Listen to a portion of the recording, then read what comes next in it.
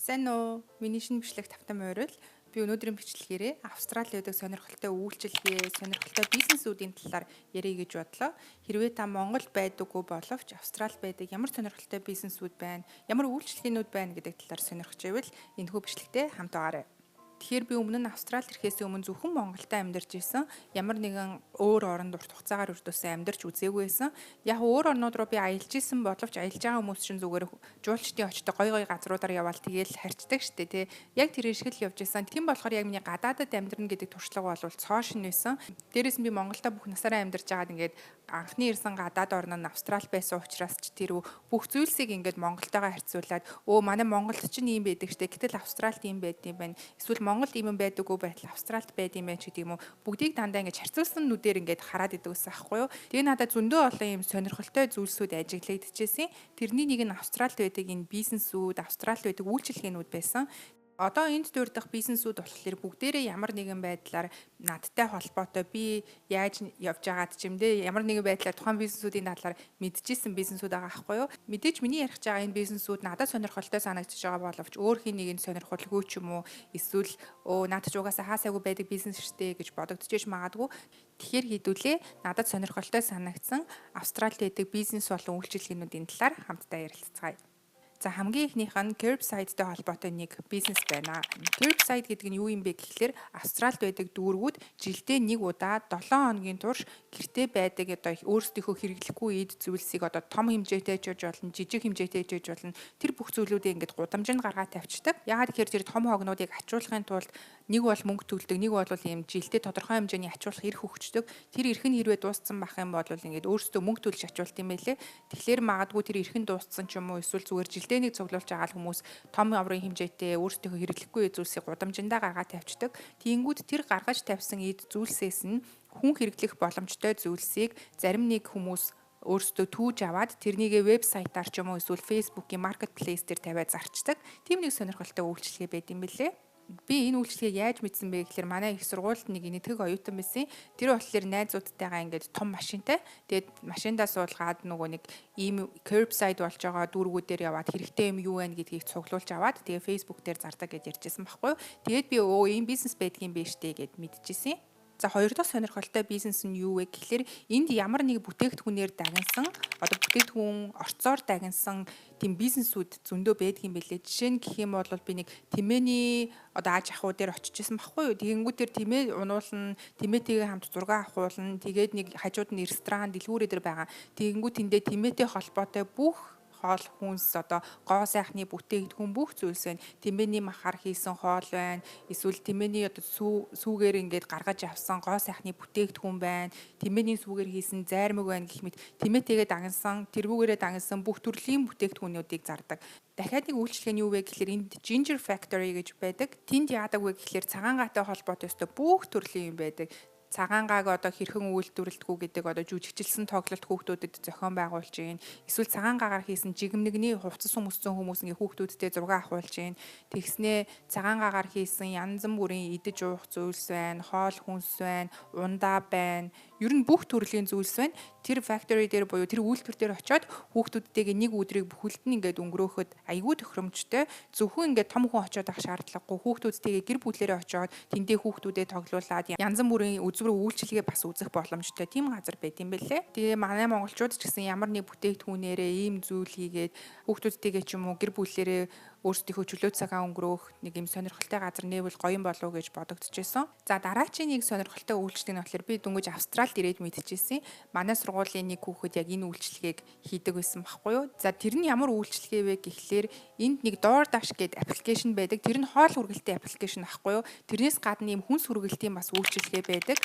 За тэр нь ямар процессын дагуу явагддаг вэ гэхэлэр жишээ нь би өөрөө хүнсээ цуглуулахынхаа оронд тэр аппликейшнаараа дамжуулаад энэ дэлгүүрт очиод яг энэ бүтээгдэхүүнээс тэдэн ширхгийг ингээд аваад хүрээд ирээ гэд захиалгаа өгчин. Тэнгүүд миний өмнөөс одоо хүргэлтийн хүн дэлгүүр дээр очиод миний хүнсийг цуглуулад тэгээ надад гэрт хүргээд аваад ирж байгаа байхгүй юу. Энэ нь яг гоо Монголын одоо e-mart ч гэдэг юм уу намын өдрөөс юугаараа ялгаатай вэ гэхэлэр айгүй хурдан шуурхаа үйлчлэгээтэй. Дээрээс нь одоо хүргэлтийн үйлчлэг нь намын e-mart өөрсдөө хариуцаад авахгүйгээр зүгээр 3 дахь компани тэрийг нь хариуцаад хийчихэж байгаа гэсэн үг байхгүй юу. Энэ нь надад бас нэг сонирхолтой бизнес юм байна да гэж харагдчихсан. За дараагийн яриах хэдэн бизнесүүд үйлчилгээнүүд нь болохоор subscriptionтэй холбоотой нэлээд хэдэн зүйлс байна. Хамгийн ихнийх нь болохоор юм оффист хэрэгтэй идэж уух зүйл хүнсний зүйлүүдийг нь 7 хоногт нэг удаа ч юм уу 2 удаа хүргээд өгчдөг үйлчилгээ байт юм бэлээ. Жишээ нь манай офис гингүүд нэгдүгээр өдөр болгон жимс сүү 2 худалдаж авдаг байхгүй юу? Бид нар шууд нэг компанитай гэрээ хийцэн тэр компани маань биднэрт шууд жимс болон сүүг маань 7 хоногийн нэгдүгээр өдөр болгон өглөө 7 гэд хүргээд ирдэг юм бэлээ. За subscriptionтэй холбоотой дараагийн нэг үйлчилгээ нь болохоор энд төрсэн ээжүүдэд төрсний дараа одоо идэхэд тохиромжтой хоол хүнсээр хийсэн одоо идэхэд шууд бэлэн тийм хоол хүнсийг гэрт нь хүргээд өгчт юм байлээ. Яг гоо энд шууд бэлэн хоол хүргэж өгдөг те өөрөөсөө хураад идэхэд бэлэн хоолны тийм аппликейшнуд мэдээж байдаг л да Hello Fresh ч юм уу YouFood илүү те нэг тийм мөрдөгтэй аппликейшн байдаг. Тэрнээс юугаараа ялгаантай бэ гэхэлэр энэ болохоор яг ээжүүдэд зориулсан зөвхөн халаагаад хэрэглэхэд л бэлэн ердөөсөө өөрөөсөө хураад авах шаардлагагүй тийм хооллуудыг хүргэж өгдөг үйлчилгээ юм байлээ. Энэ мэтчлийн ингээд хоол хүргэдэг, хүнс хүргэдэг, иймэрдүү үйлчилгээнүүд бол Австралид зөндөө байдаг юм байлээ. Нэгсэндээ эн чинь хүний цаг завыг хэмнэх гээд байгаа л үйлчилгээ гэсэн үг шүү дээ, тий. За дараагийн нэг үйлчилгээ болохоор би өөрөө ресторанд ажиллаж байгаад мэдсэн. Миний ажиллаж байсан ресторан яадаг байсан бэ гэхэлэр өөрт хэрэгтэй, ресторанд хэрэгтэй бүх бүтээгдэхүүнүүдэд зөвхөн нэгэн газраас захиалждаг. Тэр нь надад аягүй сонирхолтой санагдчихсан. Тэнд бүр ингээд ая тав угаадаг порлон, фери, тэрнээс ахуулаад ингээд дахианы мах, төмөс, эсвэл нойлын цаас, гарын алчуурч гэх юм уу, бүх төрлийн юм тэнд байдаг. Тэр компаниуд нь болохоор өөрсдөө ингээд бараа материалуудаа энэ тэндээс татаж аваад тэгээд ресторануудад шууд нэг дор захиалах боломжийг олгох юм байлээ л дээ. Миний мэддгээр Монгол энэ процесс нь яаж явагддаг вэ гэхээр таньдаг хідэн компаниуд руугаа за надад өнөөдөр тэдэн шиг юм өөр нэг компаниас өнөөдөр надад тэдэн шиг юм гэл ингээл тус тусдан дандаа захиалгаа өгдөг. Гэтэл энэнийг нь хэлбэрчлээд бүгдийг нь яг нэг дороос авах боломжийг бүрдүүлээд өгсөн ийм үйлчилгээ. Одоо ийм компани байдаг юм байлээ. Энэ нь надад бас бизнесүүдэд аюу амар санагдсан. За дараагийн ярих нэг сонирхолтой юм нь болохоор bond cleaning гэж нэг бизнес байна. Тэр нь болохоор одоо цэвэрлэгээний ажил ахгүй юу. Гэхдээ яадаг ажил вэ гэхэлэр одоо хүмүүс ингээд байр түрээслээд байраа хүлээлгэж өгнө шүү дээ тий хугацаанд тусгаар тэгэнгүүт ингээд энэ байранда амьдарч исэн байранда бүр ингээд их цэвэрлэгээ хийлгүүлдэг байхгүй юу. Тэрнийг нь бонд цэвэрлэгээ гэж хэлээд байгаа юм. Тэгэхээр одоо ингээд цонх, хан, хөшиг гэл бүх юмыг нь угаана.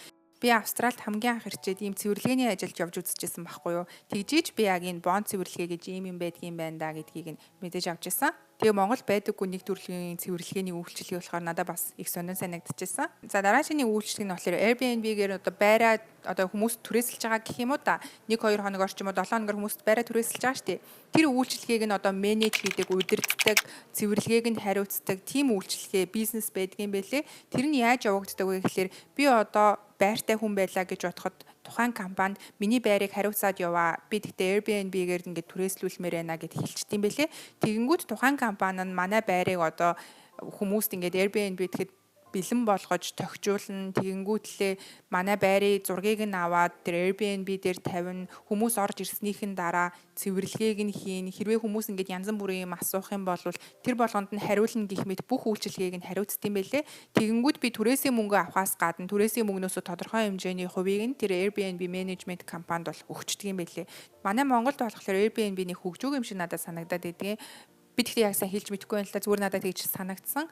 Харин Австрали яадаг вэ гэхэлэр энд хүмүүс аягүй их Airbnb гэдэг юм билээ. Жуулчдаас гадна австралчууд нь өөрсдөө аягүй их Airbnb авдаг. Яагаад вэ гэхэлэр ингээл 5 дахь хагасанд ингээд найзуудаараа бөөндөө байх зорилготой ч юм уу эсвэл бөөндөө нэг шоуд тийм шиг байгаа. Тэгтээ 5 дахьтаа аваад 5 дахьтаа хончоод тэгээ хагасандаа гараа явцдаг. Эсвэл Airbnb-гээр байр түрээслэж бөөндөө нэгнийхээ төрсөн өдрийг ч юм уу ямар нэгэн баярыг тэмдэглэдэг. Зарим хүмүүс бүр Airbnb-гээр ингээд гоё хаусыг түрээсэлж байгаа. Тэгээ тэндээ хурмаа хүртэл хийдэг юм байлээ. Би тийм хүнийг мэднэ. Тэгээд энэ Airbnb-гийн бизнес надад аягүй сонирхолтой санагдчихсэн. За дараагийн нэг сонирхолтой үйлчилгээ нь болохоор энд ургамал арчлах үйлчилгээ байт юм билээ.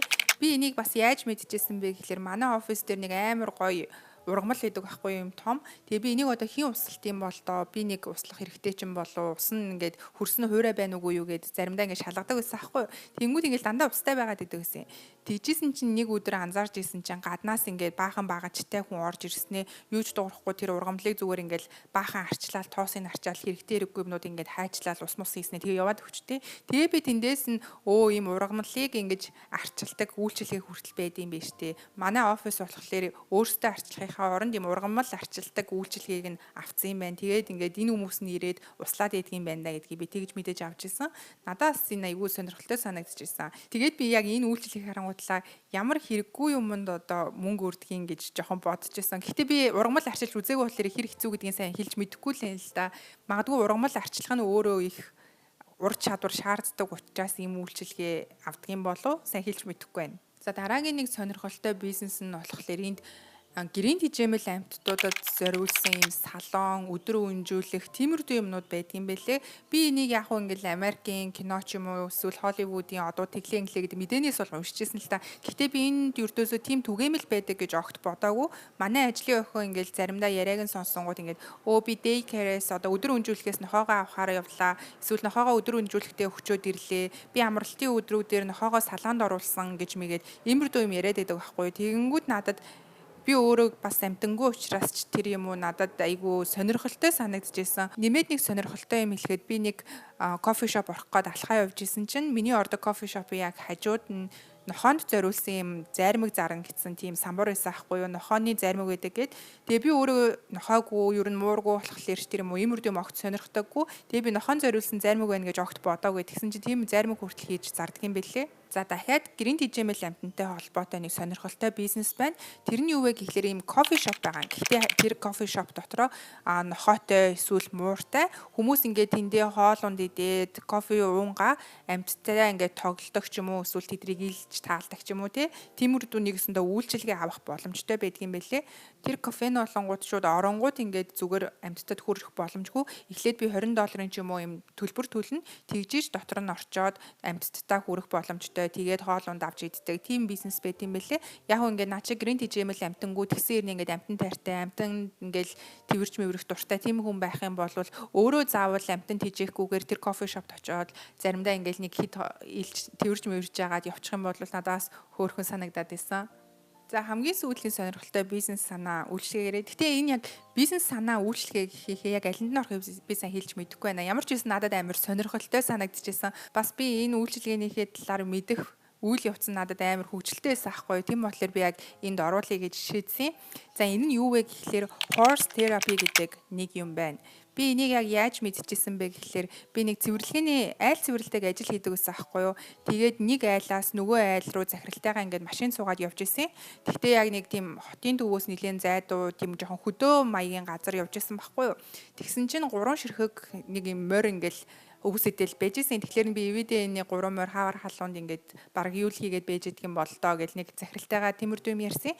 Тэгсэн чинь манай захирал наад газрыг чинь би мэднэ horse therapy-ны газар гэдэг байхгүй юу. Тэгэхээр би за юм өндөр хөгжилтэй орон юм чинь ингээд уралдаж муралддаг амар үнэтэй моринуудынхаа сэтгэл санааг нь л одоо сайжруулдаг.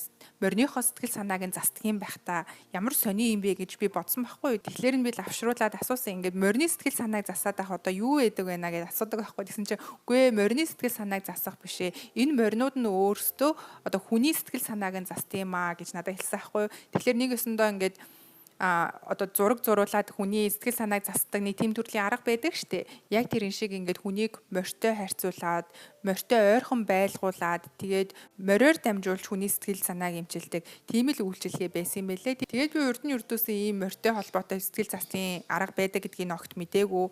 Монголд ч гэсэн ийм мориор дамжуулаад хүний сэтгэл санааг засдаг тийм үйлчилгээ байдаггүй штэ. Тийм болохоор миний толгоонд огт буухгүй энэ үйлчилгээг нь би шал эсрэг утгаар нь ойлгоцсон байсан байгаа байхгүй. Тэгээд дараа нь зөв утгаар нь ойлгочоод бүр зөндөө инээжсэн. За тэгээд Австрали нэг иймэрдүү надад сонирхолтой санагдсан бизнес санаанууд байна. Та бүхэнд өөр ямар бизнес санаанууд сонирхолтой санагдчихсэн бэ? Хэрвээ тийм юм байх юм бол энэ бичлэгний доор комент бичээрэй. За дараагийн бичлэгээрээ уулзъя. Баяртай. За би сая бичлэгийн эвлүүд сууж агаад гинт дахиад нэг өөр бизнес байдаг штэ гэдгийг саналаа. Тийм болохоор нэмээд оруулъя гэж бодож байна. За ямар бизнес байдаг вэ гэхээр ресторануудад альчуур нийлүүлдэг тийм үйлчлэгээ. Би нэг яг өөрөө ресторанд ажиллаж байхдаа мэдээж авчихсан байхгүй юу? Ресторанууд чинь өдөрт айгүй их альчуур хэрэглэдэг юм байлээ шүү дээ. Тэгэхээр энэ хэрэглэдэг альчуурыг нийлүүлдэг үйлчлэгээ гэсэн үг. Яаж энэ процесс нь явагддаг вэ гэхлээр тухайн одоо альчуур нийлүүлдэг компани нь ресторанда 20 альчуур 7 хоногийн магадгүй 3 дахь өдөр ч юм уу те аваачаад өгч байна. Тэнгүүд дараагийн 3 дахь өдөр нь дахиж очиод нөгөө хэрэглэсэн бохир 20 альчуурыг нь аваад шинэ буюу одоо угаасан 20 альчуур аваачаад өгч байна. Тэгэнгүүт дараагийн 7 хоногийн 3 дахь өдөр нь дахиад энэ процесс ингээд давтагдаад явна. Энэ нь яг нөгөө нэг subscription fee-тэй ижилхэн 7 хоногийн $40 билүү $60 ч илүү төлдөг гэсэн баха. Тиймэрхүү үнэтэй байдаг юм бэлээ. Тэгээд нэмээд энэ компани нь өөр үйлчлэгээ үзүүлдэг. Тэр нь болохоор юм хаалгаар оронгууд нэг хүлийн дэвсгэр шиг, хевсэнцэр шиг юмнууд байдаг шүү дээ. Тэрнийг нь бас 7 хоногт нэг удаа юм уу 2-7 хоногт нэг удаа шинийг авчирч өгөөд хуучныг нь авч явдаг тийм үйлчлэгээ байдаг юм бэлээ. Тэгээд энэ үйлчлэгээ бас надад их сонирхолтой санагдчихсан.